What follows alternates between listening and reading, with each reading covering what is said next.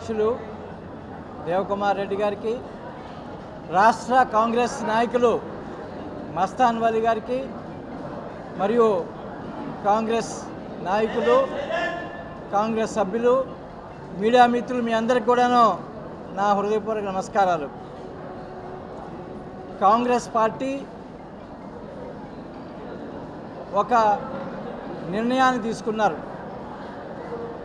దేశంలో ఒక సంవత్సరం పాటు ప్రతి రాష్ట్రంలో, ప్రతి జిల్లాలో, ప్రతి మండలంలో కాంగ్రెస్ నాయకులు, కార్యకర్తలు రాజ్యాంగ పరిరక్షణ బాధ్యతని వారి భుజస్కంధాలపైన తీసుకొని ప్రజల్లోకి ఒక సంవత్సరం పాటు క్యాంపెయిన్ మరియు పాదయాత్రలు చేస్తూ ప్రజల్లోకి వెళ్ళాలి అనేది ఒక నిర్ణయాన్ని తీసుకున్నారు. మరి ఆ నిర్ణయాన్ని నెల్లూరు జిల్లాలో ఏ విధంగా అమలు చేయాలి, ఏ విధంగా ఈ క్యాంపెయిన్కి రూపకల్పన చేయాలి, ఏ అంశాలు ప్రజల వద్దకు తీసుకొని వెళ్ళాలి, ఏ విధంగా రాజ్యాంగాన్ని భారతీయ జనతా పార్టీ, ఆర్ఎస్ఎస్ రాజ్యాంగం పైన ఏ విధంగా ఆక్రమణ చేస్తున్నారు అనే విషయాలు ప్రజలకు చెప్పాలి అనే విషయం మీద ఒక సమావేశాన్ని నాడు ఏర్పాటు చేసుకొని ఒక సంవత్సరం పాటు కార్యాచరణ కార్యక్రమాన్ని రూపకల్పన చేసుకొని ప్రజల్లోకి వెళ్ళాలనే ఉద్దేశంతో ఈ మీటింగు ఏర్పాటు చేయడం జరిగింది. మరి ఈ మీటింగ్లో రాజ్యాంగానికి సంబంధించిన అంశాలు, ఏ విధంగా రాజ్యాంగాన్ని బీజేపీ, ఆర్ఎస్ఎస్ భగ్నం చేయడానికి ప్రయత్నం చేస్తుంది, ఏ విధంగా రాజ్యాంగం ద్వారా బడుగు వర్గాల వారికి మేలు జరుగుతుందనే విషయాలు మాట్లాడటమే కాకుండా పార్టీ సంస్థని గ్రామ స్థాయి వరకు ఏ విధంగా బలోపేతం చేసుకొని ఈ క్యాంపెయిన్ నిర్వహణ చేయాలనే విషయాలు మాట్లాడుకునేదానికి ఈ సమావేశం ఏర్పాటు చేసుకున్నాము. నాకు చాలా హోప్ ఉన్నది. ఈ సమావేశం ద్వారా నెల్లూరు జిల్లాలో కాంగ్రెస్ పార్టీకి పునర్వైభవం వస్తుంది. ఈ క్యాంపెయిన్ ద్వారా ప్రజల్లోకి కాంగ్రెస్ పార్టీ వెళ్తుందని నేను ఆశిస్తూ సెలవు తీసుకున్నాను. జై హింద్, జై కాంగ్రెస్. నెల్లూరు జిల్లా కాంగ్రెస్ పార్టీ ఆధ్వర్యంలో ఈరోజు జై భీమ్ జీ బాపూజీ సంవిధాన్ కార్యక్రమానికి శ్రీకారం చుట్టడం జరిగింది. దానికి ముఖ్య అతిథిగా పెద్దలు, సిడబ్ల్యూసి సభ్యులు, మన జిల్లాకి కలెక్టర్గా పనిచేసినటువంటి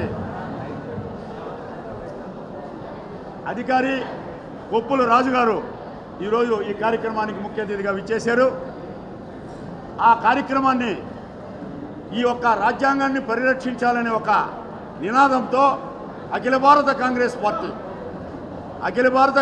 పార్టీ పిలుపు మేరకు ఈ భారతదేశంలో ఉండేటటువంటి నగరాలైనా, పట్టణాలైనా, మండలాలైనా గ్రామ స్థాయిలోకి ఈ యొక్క రాజ్యాంగాన్ని పరిరక్షించుకోవాల్సిన అవసరం ఉందని చెప్పి, ఈ రాజ్యాంగాన్ని పరిరక్షించుకోవాల్సిన అవసరం ఉందని చెప్పి మీ అందరికీ నేను తెలియజేస్తున్నాను. దయచేసి మీడియా మిత్రులు కూడా చాలాసేపు నుంచి మీరు వెయిట్ చేస్తున్నారు. అన్నిదా భావించకుండా మా యొక్క సందేశాన్ని ప్రజలకి తెలియజేయాల్సిన అవసరం ఉందని చెప్పి నేను మనం చేస్తున్నాను. ఈ యొక్క భారత రాజ్యాంగాన్ని ఏ విధంగా అమిత్ షా గారు పార్లమెంట్లో, రాజ్యసభలో గాంధీజీని, బాబాసాహెబ్ అంబేద్కర్ని ఏ విధంగా కించపరిచి మన యొక్క రాజ్యాంగ విలువల్ని భారతీయుల యొక్క అందరిని అవమానపరిచినటువంటి సందర్భాన్ని ప్రజల్లోకి తీసుకోవాల్సిన అవసరం ఉంది. ఇది గట్టిగా ఖండించాలి. దీనికి కూడా కాంగ్రెస్ పార్టీ భారీ ఎత్తున తన నిరసనని తెలియజేసినటువంటి సందర్భాన్ని మీకు మరొకసారి నేను గుర్తు చేస్తున్నాను. ఎందుకంటే ప్రపంచ దేశాల్లోనే భారత రాజ్యాంగానికి ఒక గుర్తింపు ఉంది, విలువ ఉంది. కొన్ని దేశాలైతే ఇంత సువిశాలమైన భారతదేశంలో ఈ రాజ్యాంగంలో మతాలకు అతీతంగా, కులాలకు అతీతంగా, విభిన్న జాతులకి, మతాలకి ఏర్పాటు చేసి ఆనాటి పరిస్థితులను బట్టి ఈ రోజు వరకు కూడా మనందరికీ వాక్ స్వాతంత్రంతో మనం జీవిస్తున్నామంటే అది ఒక నాడు బాబాసాహెబ్ అంబేద్కర్ నెహ్రూ గారి ఆదేశాలతో చేసినటువంటి రాజ్యాంగాన్ని ఈ విధంగా ఆనాటికి ఒక్క విషయం మీకు చెప్తాను సోదరులారా, అందరూ కూడా గమనించాలి. ఆనాడు నరేంద్ర మోడీ గారు స్వతంత్రం వచ్చేటప్పటికి పుట్ల, అమిత్ షా అయితే అసలు పుట్ల.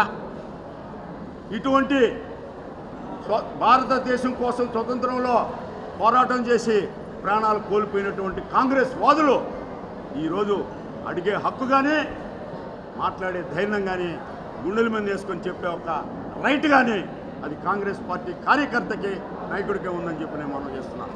బాబా సాహెబ్ అంబేద్కర్ ఒక కులానికి నాయకుడు కాదు, ఒక వ్యవస్థకి నాయకుడు.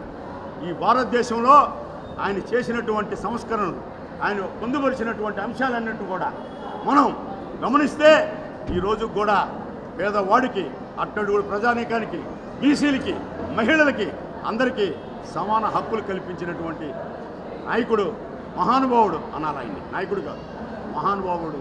అటువంటి కార్యక్రమానికి శ్రీకారం చుట్టి భారతదేశంలో వాళ్ళు చేసిన వ్యాఖ్యల్ని నిరసన తెలియజేసి వాళ్ళు రాజీనామా చేసి క్షమాపణలు చెప్పాల్సిన బాధ్యత భారతీయ జనతా పార్టీ అయిన ఎన్డీఏ కూటమిలో ఉన్న సభ్యులందరూ కూడా దీన్ని అందరూ ఖండించాలని చెప్పి నేను మనం చేస్తున్నాం. ఈ విధమైనటువంటి రాజ్యాంగంలో పొందుపరిచిన అంశాలన్నింటినీ కూడా ఈనాడు వీరు చేసేటటువంటి ఈ దురాఘాతాలు రాజ్యాంగాన్ని మార్చి తన వాళ్ళ బ్రాండ్ని పెట్టుకోవాలని చెప్పి ఆయన్ని అవమానపరిచే విధంగా భారతదేశ ప్రజలను అవమానపరుస్తున్నారు. దీన్ని మేము తీవ్రంగా నెల్లూరు జిల్లా కాంగ్రెస్ పార్టీ పక్షాన ఖండిస్తూ ఈ కార్యక్రమానికి ముఖ్య అతిథిగా ఇచ్చేసిన పెద్దలు, సిడబ్ల్యూసీ మెంబరు, కాంగ్రెస్ పార్టీ కోసం కష్టకాలంలో పనిచేసినటువంటి మా రాజుగారిని ప్రసంగించవలసిందిగా కోరుతున్నాను. ఒక లోకం మరొక ప్రపంచం ఏర్పడుతున్నటువంటి ఈ రోజుల్లో కూడా భారతీయ జనతా పార్టీ భారతీయులను పరిపాలించి ప్రపంచంలో ఒక గొప్ప భారతదేశాన్ని తీసుకొస్తారని చెప్పి యావత్ భారత జాతి చూస్తున్నటువంటి పరిస్థితిలో కేవలం మతం మతం మతం, కులం కులం కులం అనేటటువంటి పేరు మీద భారతీయుల మధ్య ఒకళ్ళ మీద ఒకళ్ళని ఘర్షణలు సృష్టించి భారతీయుల యొక్క మెదడుల్ని మతోన్మాదం అనేటటువంటి విషయంతో నింపి భారతీయులను బలహీనపరిచేటటువంటి శక్తులు ఇవాళ పార్లమెంట్లో భారత రాజ్యాంగాన్ని కాపాడేటటువంటి ప్రయత్నం చేయరు. స్వయాన భారత రాజ్యాంగాన్ని తయారు చేసిన అంబేద్కర్ గారి పట్ల అవమానించి దాన్ని అవమానపరిచేటటువంటి ప్రయత్నం చేస్తూ ఉన్నారు. ప్రపంచంలోనే భారత జాతికి లెజెండ్గా ఉన్నటువంటి జవహర్లాల్ నెహ్రూని భారతదేశ ప్రధానమంత్రి స్వయంగా ఎక్కడో అమెరికాలో ఉన్నటువంటి సిఐఏ ఏజెంట్ గురించి మాట్లాడే ప్రయత్నం చేస్తాడులే కానీ ఈ భారతదేశంలో ఉన్నటువంటి యువతకు ఉద్యోగాలు ఇచ్చామా లేదా, భారతదేశంలో ఉన్నటువంటి మహిళల మీద దాడులు జరుగుతూ ఉంటే దాని మీద మాట్లాడేటటువంటి ప్రయత్నం చేస్తాడా, మణిపూర్లో రావణ కాష్టం జరుగుతూ ఉంటే దాని మీద మాట్లాడే ప్రయత్నం చేయడు, దేశంలో మసీదుల మీద దాడులు జరుగుతుంటే మాట్లాడే సాహసం చేయడు, యువతకి ఉద్యోగ అవకాశాల గురించి మాట్లాడు, దళిత మహిళల మీద రేపులు జరిగితే మాట్లాడే సాహసం చేయడు. కానీ కాంగ్రెస్కు నాయకత్వంలో జవహర్లాల్ గారి లెజెండ్లో భారత రాజ్యాంగాన్ని తయారు చేసిన అంబేద్కర్ గారి గురించి కూడా మాట్లాడలేనటువంటి పిరికి ప్రధానమంత్రి ఈ దేశాన్ని కాపాడలేడు. దీన్ని సక్రమైన రీతిలో మనం ముందుకు తీసుకెళ్లాలంటే ధ్వనించే భారత జాతి కావాలి. ఆ రోజు బ్రిటిష్ వాళ్ళని ఏ విధంగా భారతదేశాన్ని తరిమి కొట్టామో అదేవిధంగా ఇటువంటి దుర్మార్గ ఆలోచన విధానాన్ని సంఘటితంగా ఇదేదో మస్తాన్ వలికో, యేసుకో, దేవకుమార్ రెడ్డికో, రాజుగారికో సమస్య కాదు. ఇవాళ భారత జాతి ఇబ్బందుల్లో పడిపోతూ ఉంది, మీ ఇల్లు ఇబ్బందుల్లో పడిపోతూ ఉంది. మీ ఇంటిలో ఇబ్బందిని వస్తే ఏ విధంగా సంఘటితంగా అధిగమిస్తారో ఆ విధంగా భారతదేశాన్ని, జాతిని, రాజ్యాంగాన్ని కాపాడుకోవడం కోసం పాదయాత్రల ద్వారాగా భారతదేశ చైతన్యం కోసం కాంగ్రెస్ పార్టీ ఒక కార్యక్రమం తీసుకుంది. దానిలో మనం అందరం భాగస్వాములు అవ్వాలని, అది నెల్లూరు ద్వారాగానే మొదలు పెట్టాలనేటటువంటి రాజుగారి యొక్క ఆలోచన విధానానికి నెల్లూరు జిల్లా కాంగ్రెస్ కమిటీ తీసుకున్న నిర్ణయానికి అభినందనలు తెలియజేసుకుంటూ సెలవు తీసుకుంటా ఉన్నాను. మరిన్ని వీడియోస్ కోసం ఛానల్ ని సబ్స్క్రైబ్ చేయండి. లేటెస్ట్ అప్డేట్స్ కోసం వాట్సాప్ ఛానల్ ని ఫాలో అవ్వండి. ఆ లింక్ డిస్క్రిప్షన్ లో ఉంది.